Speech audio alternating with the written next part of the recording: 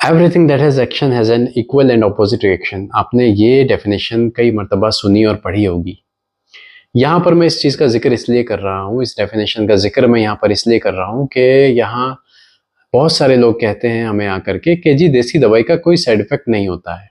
ऐसा बिल्कुल भी नहीं है। जो चीज़ आपको फ़ायदा करेगी वही चीज़ आपको नुकसान भी कर सकती है।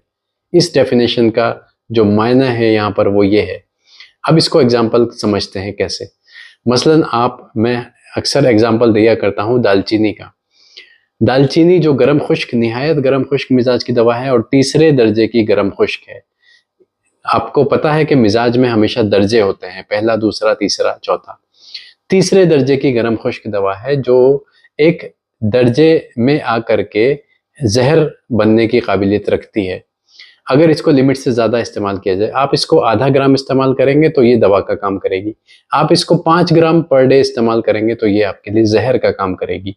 चौथे दर्जे की जो दवाएं होती हैं वो तो होती ही जहर हैं, डायरेक्ट जहर होती हैं। तीसरे दर्जे की कुछ कम जहर से कुछ कम होती हैं, दूसरे दर्जे की कुछ उससे कम गर्म होती हैं। तो इसी तरीके से दवाओं को दर्जों में तकसीम किया गया है। तो दालचीनी तीसरे दर्जे की गर्म खुश्क दवा है।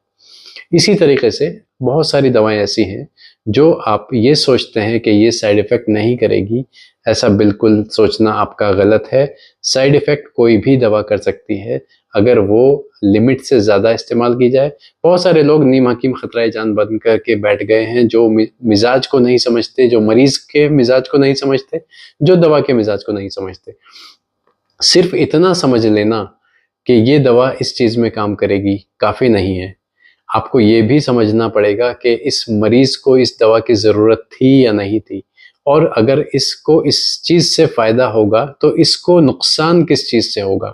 एक प्रॉपर हकीम, एक प्रॉपर तबीब, एक प्रॉपर डॉक्टर वो है कि अगर वो किसी मरीज़ को दवा दे तो अगर उसको फ़ायदा ना भी हो तो कम से कम नुकसान भी ना हो, जो उसके नुकसान के बारे में जानता हो।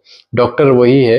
एक हर इंसान को पता है कि पैरासीटामोल बुखार उतारने का काम करती है, लेकिन ये किसी को नहीं पता कि पैरासीटामोल कहाँ जा कर के उसका वे ऑफ एक्सक्रीशन क्या है, वो कहाँ जा कर के नुकसान जिस्म के अंदर देती है। तो डॉक्टर या मुआलिज या तबीब या हकीम वो है जो दवाओं के मिजाज के साथ साथ, दवाओं के इफ़ेक्ट्स के साथ साथ उसके साइड इफ़ेक्ट्स को भी जानता हो। उम्मीद करता हूँ ये चीज़ आपको समझ आई होगी। Thank you very much.